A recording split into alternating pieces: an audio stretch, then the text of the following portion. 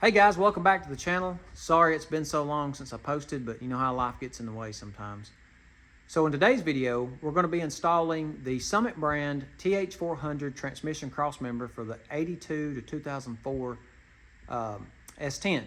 I think that's the year models. I'll always, always put the part numbers down there for you so you guys can check it out. But I sent them a message. Today is Saturday, and they probably won't respond.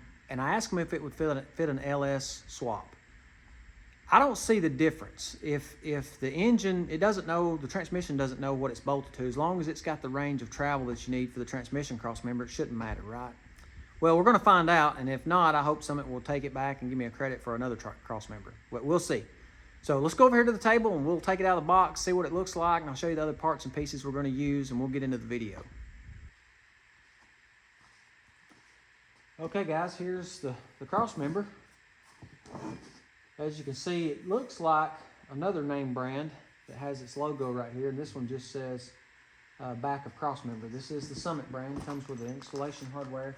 I am also going to be using an energy suspension bushing with part number 3.1108R for the transmission. I'm going to get that installed on the TH400, as well as this Proform dipstick tube. And the reason I ordered this, I've been going back and forth with the flexible dipstick tubes you can buy. There's some expensive brands and upwards of 150 bucks, and you can buy some on Amazon, 20, 30 bucks. But I like this one because some of your drag racing rules says you have to have a locking dipstick. Also, it bolts to the back of the TH400, which if you watch Sean from Mountain Garage, he has a good idea about when you bolt a 400 to an LS engine, that one bolt hole in the transmission is not used. And he puts a Healy coil in there and a short bolt and bolts this right to the transmission, so dipstick and all comes out with the transmission. I like this a lot better. It's a cheaper option. I think I give less than 40 bucks for this, and I know it's going to seal, and I know it's going to be locked in, and it has a locking mechanism. So we're going to also be using that. It's part number Proform 66182 for that dipstick tube. And I've got everything set up and ready to go. So let's get you down off the tripod, go over here and look at the truck, and I'll show you what we're gonna do. And we'll get this crossmember in and see if it's gonna work with our application. I did message Summit, like I said, I think I said it in the first of the intro. I did ask them about if this would fit with an LS swap. But today's Saturday, so I don't expect a reply, but we're gonna try and see. So stick around and let's get this in the truck and see if it fits. Okay, as you can see guys, I got my truck up on my homemade ramps. The problem I got is by the time I get my transmission up on the transmission jack, it's too high to go into the truck. So probably what I'm gonna have to do is I'm gonna slide my transmission under the truck, get inside here and set it up on the jack. That's not optimal if you have your bed on your truck, but that's the way I'm gonna do it. And for those of you that might be thinking, well, he don't have a drive shaft, that truck will roll off those ramps.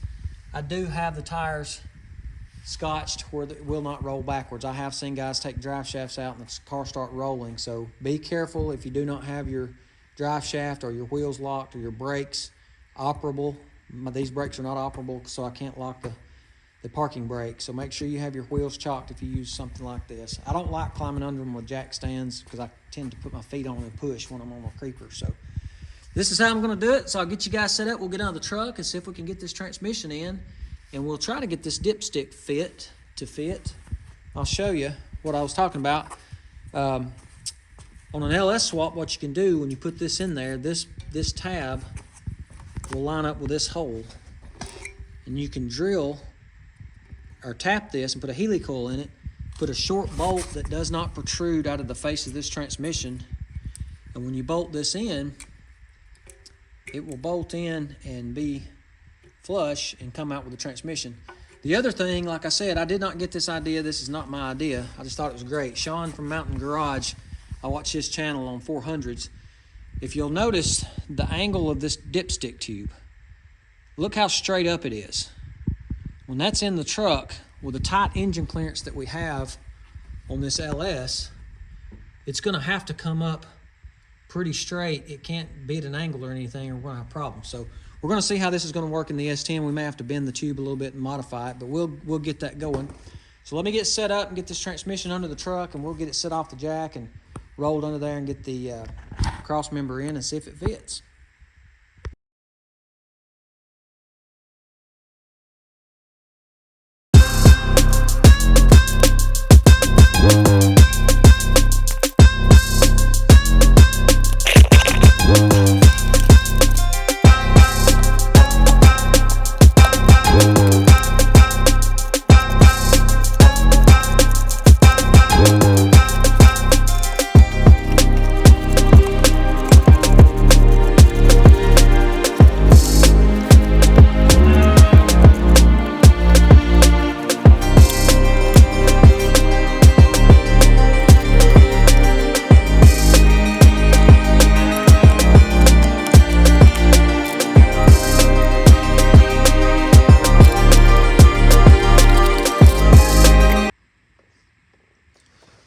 guys, the transmission is bolted to the bell housing with transmission bell housing is bolted to the engine with 4 bolts. Now we're going to install this energy suspension mount, polyurethane mount. And if you can look at this, or if you can see clearly in the camera, this has an arch to it. For those of you that don't read instructions, this goes towards the rear of the vehicle. So that's what we're going to do now, is put this on, then we'll get the cross member in and see how it fits.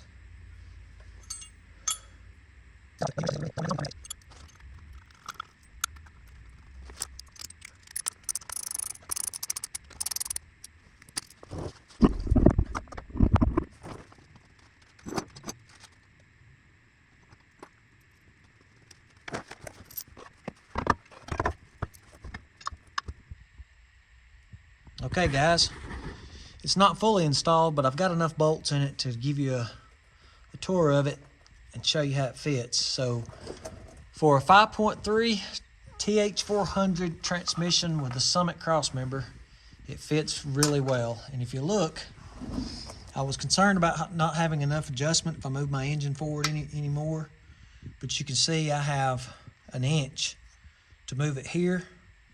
It did turn out underneath the bottom that you have to use the center bolt. If I can get you a light in there. You have to use the center bolt on this energy suspension. You know, it's got 3. You have to use the center one because the other 2 don't line up. Now I've got my engine offset to the passenger side, so you can see it lines up perfect. And over here, these holes line up perfectly. And you have on top, I can't show you, but you have about a 1/2 inch adjustment on this side. So worst case scenario, if you had to, what you could do is you could add another bolt hole. Let me go this way. This is where you'd want to add another bolt hole. You could add another bolt hole beside this one, like right here, and oblong these holes to give you some more adjustment if you want to carry your engine forward. So let me go up here and show you how close my engine is. So if you look, let me get this light set up so I can show you. I have probably maybe 3/4 of an inch in between my oil pan and my cross member.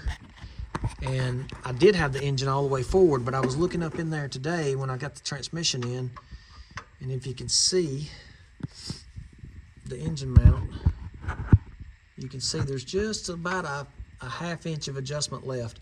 I'm really thinking that I want to notch this 1 inch and bring it forward because it is really, really tight up against the firewall.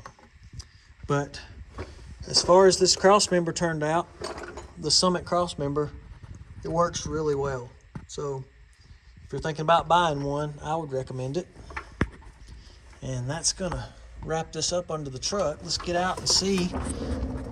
Maybe I'll try to put the dipstick tube in and see how it fits. So let's try to install the dipstick tube. Okay guys, the transmission dipstick is in. I don't have the gasket in. I'm gonna have to tweak this tube just a little bit, but as you can see, there's plenty of room. It's not jammed up in the firewall, so this is gonna be perfect.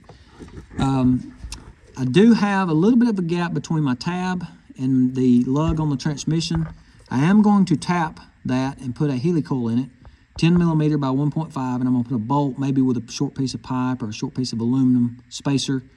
So this will be mounted securely, and there's no chance of this dipstick pulling out from the transmission down there. That's one of the benefits of this particular transmission tube and dipstick, as well as you get the locking feature of the transmission dipstick. That's why I wanted to try this rather than trying one of those cheap, flexible, stainless braided dipstick tubes. A couple of reasons. Again, if you watch Sean at Mountains Garage, he's the one that recommended this as well as the idea. I can't take credit for that, the helicoil. But if you bolt that thing to the transmission or to the firewall, there's nothing holding it in the transmission down there. So if you drag race, potentially could come out and leak fluid on the track. And even if it's a daily driver, you don't want transmission fluid out all over the bottom of your car or on the road. The other thing is you have to use that little adapter to put down in that small hole to fill up your transmission, which would take forever. This one has the regular size hole and it has the lock. Those other ones do not. Now you can spend, you can spend upwards of 150 to 200 bucks and find one of those that bolts in down here and is flexible and has the lock up here. But I couldn't see giving that kind of money for a dipstick tube. I forget what I paid for this one, but again, the part number for this, the transmission, crossmember, and the energy suspension bushing will be in the part numbers listed in the details below. Going over here back to the table one more time, and I'll let you guys go. Don't panic when you get these instructions out. As you can see, the Turbo 400 or TH400 is not listed in this list. This has I guess these are just generic instructions, but if you order the part number that I give you, the SUM-770370 from Summit, it will fit a TH400. I had a little bit of a scare because when I got this under the truck and I saw the mount was not, these two holes in the mount were not lining up with these two slotted holes, and I thought, oh no. But this center hole right here lines up perfectly. You saw it in the video, lines up perfectly with that hole. You have plenty of adjustment. This I'm very proud I bought this crossmember. I may have to do something with my emergency brake cable. I think I showed you guys that. If not, I hate to leave you hanging. So let's go look at it one more time before I let you go. I try to be detailed and answer questions that I would have.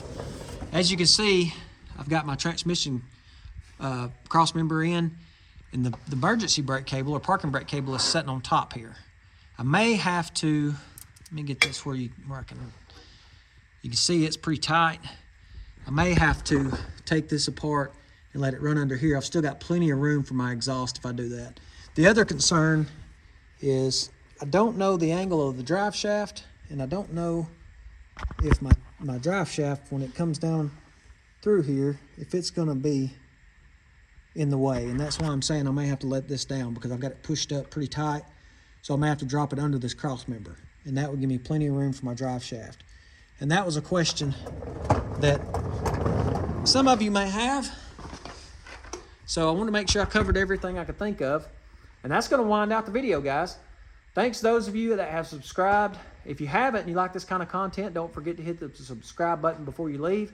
Hit that like button. Sorry about the slow uploads, but there's more coming, so stay tuned, and we'll catch you guys in the next episode.